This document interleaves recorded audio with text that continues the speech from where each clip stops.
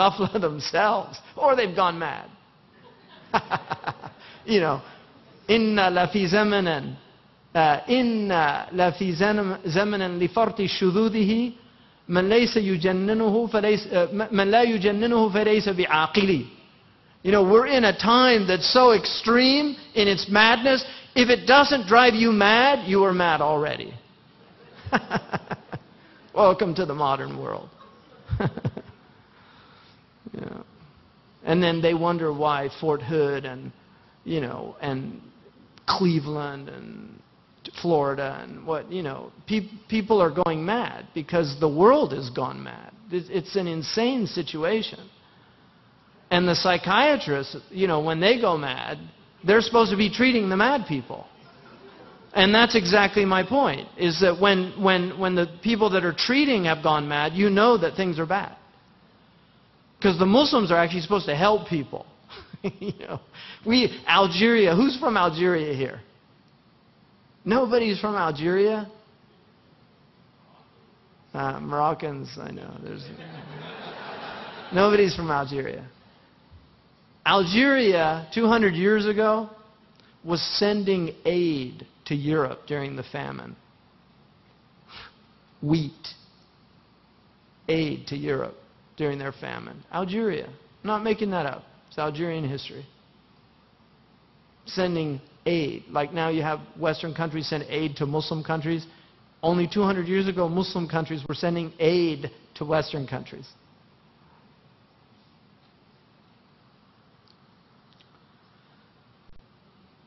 One of the things about ghafla, a word that's interesting in English is called acedia.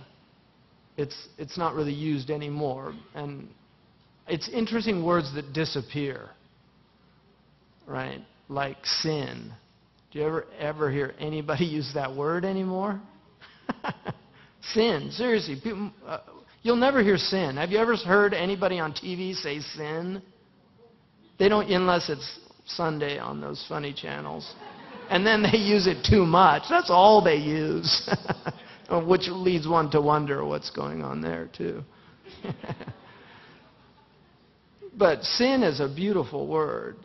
Khati'ah in Arabic is sin. You know, does anybody know the original meaning of khati'ah in Arabic? It's a mistake, but it's a term that the Arabs used for something that they did.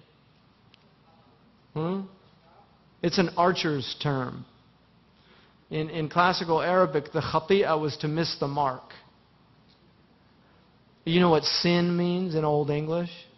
It's an archer's term, to miss the mark. Yeah, I'm not making that what she says seriously. No, I'm making up. Google, you've got Google.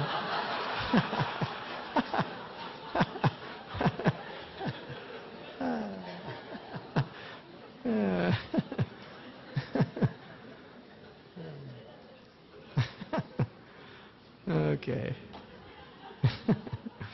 Seriously. Yeah. She missed the mark. It's all right.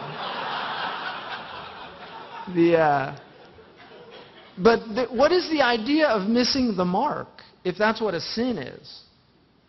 What's the idea behind that? It's a very interesting idea. If you miss the mark, and that's a sin, what's the idea behind that? You were trying to get the bullseye, but you missed it. So you were trying to do something good. And that's why human beings, even when they sin, they're actually trying to get a benefit for themselves. But they've misplaced the benefit. They see the vice as a virtue. But it's actually, they wouldn't do something if they didn't think there was something in it for them. Humans don't do that. So they're aiming for something that they think is good for them, but they've missed the mark. And that's what the prophets are about. They come with tasweeb. They're the ones that teach you how to aim properly. No, you're too short. You're too far. Extremism. Right? You're either too liberal or you're too conservative. Muslims are independents. Yeah. I would never join a party. And like Mark said, I would never join a party that would have me as a member. I would never join a party, really. Any party except Hezbollah. And that's not the one in Lebanon. They shouldn't use these terms. Call yourself something else. Seriously, it's such arrogance to do that. I'm sorry, with all respect to whoever and whatever, it's arrogance to say that that's a da'wah. Allah knows who. And أَلَا إِنَّ حِزْبَ اللَّهِ هُمُ الْغَالِبُونَ. So you haven't defeated Israel yet. هُمُ الْغَالِبُونَ. That's what Allah says. People that are His, He will give them victory. Always. In everything. And if you're not, you should worry about where you are. But Muslims have to be very careful. All these claims, these claims. We make so many claims.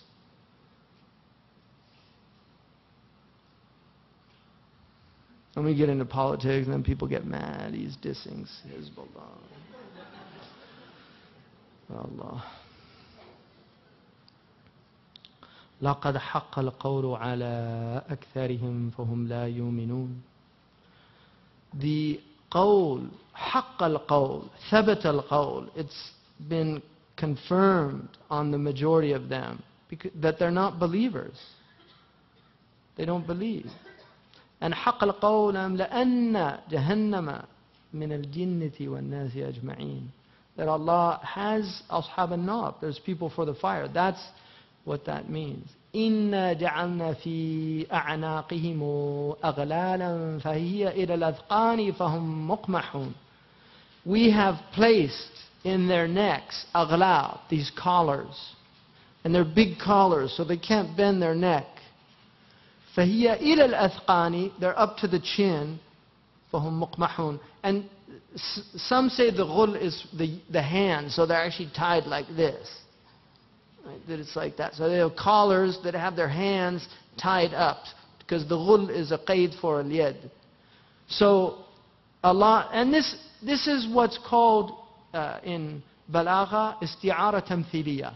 It's an example that it's using very expressive language, figures of speech, to create an understanding in the mind, like a metaphor that, when you say Zaydun Asadun, Zayd is a lion.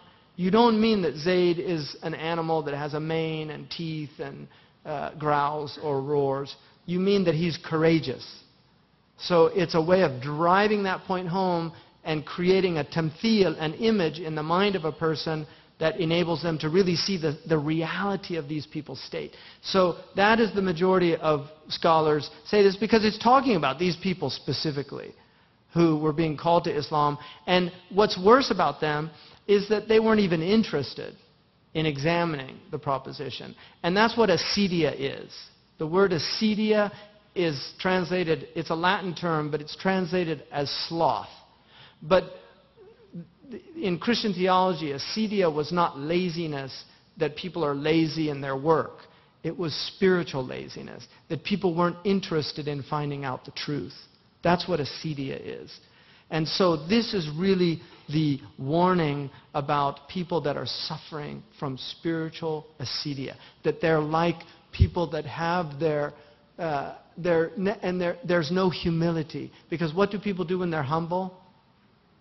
They lower their chins down to their breast. How did the Prophet come into Mecca? With his chin on his breast. That's how he came in, as a conqueror. If that was his state when he was a conqueror, then what was his state in normal circumstances? Because when you're conquering, that's the time to jump up and down, and that's what people do. Like these people, when they won the World Series, they didn't come out with their chins bowed down and humble and said, it's such an incredible honor to defeat a team like the Phillies, and we just were humbled by this victory. And, no, they were jumping up and down and gloating. Shamata. Right? Really. That's what people do, right? It's very different. In the old days, in sports, you actually went out and shook the hands of the people and said, what a great game you played. Because sports was to teach people about humility and being gentlemen. Really, that's what sports was about. It wasn't about this. This is all new, modern spectacle. It's not sportsmanship. It's not how sports was. It's just modern man and woman, fallen. Yeah, that's all it is. And that's what this is talking about. It's arrogance. It's people with their heads high. And then Allah says, فَهُمْ مُقْمَحُونَ. Muqmahun is a term taken from camels. Right? قَمَحَ الْجَمَلْ فَهُوَ قَامِحٌ. The camel, when they would take him to water, and it would raise its head up and refuse to go down and drink. That's what the camel... I mean, I lived with camels, so I know camels are very bright animals. You know, camels, first of all, the first time I rode a camel, it knew immediately that I'd never ridden a camel. And I grew up riding horses. Horses and camels are very different. But literally the first thing the camel did, it took me to a thorn bush and started like rubbing me in the thorn bush. You know, and all the Bedouin, they were just laughing their heads off. They just thought that was hilarious. Yeah. It wasn't. I had scratches all over, and you know. But I learned after that to let them know right away that I knew exactly what the game was. Like I was being nice to the camel. No, you hit them right on that little, they have a little nodule right on the top of their head, and boom, you give them a good little whack, and suddenly they're nice and everything's wonderful. Yeah. But they're filled with pride, and you know, they look around and do this thing. That's the muqmah. You know, qamihun. They're arrogant. Quran? Why should I read that book? Well, because 1 out of every 4 people actually thinks it's from God. That seems like a pretty good reason just to be interested in it. You know? Doesn't that seem logical? Just to read it and see maybe there's something in there?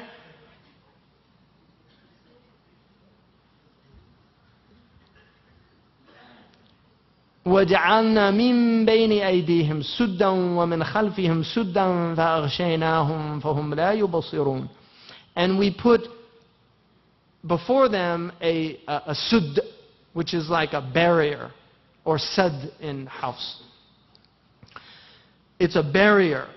سُدًّا وَمِنْ خَلْفِهِمْ سُدًّا فَأَغْشَيْنَاهُم. So there's a barrier in front of them, which is their understanding of akhirah. They don't know where they're going. They don't know where that they're going to be dead and raised up. And also, وَمِنْ خَلْفِهِمْ سُدًّا. And behind them, they don't even know where they've come from. So they're people trapped in temporality. They don't know past, because if they reflected on the past, they would know that the destiny of the people of the past is their destiny. They're trapped in temporality. And فَأَغْشَيْنَاهُمْ. And over them is a ghishawa. Right? There's a veil over their eyes. They can't see. فَهُمْ لَا يُبَصِرُونَ. They don't have penetrating sight, basira. وَسَوَاءٌ عَلَيْهِمْ أَنذَرْتُهُمْ أَمْ لَمْ تُنذِرْهُمْ لَا يُؤْمِنُونَ. It's the same, whether you warn them or you don't warn them.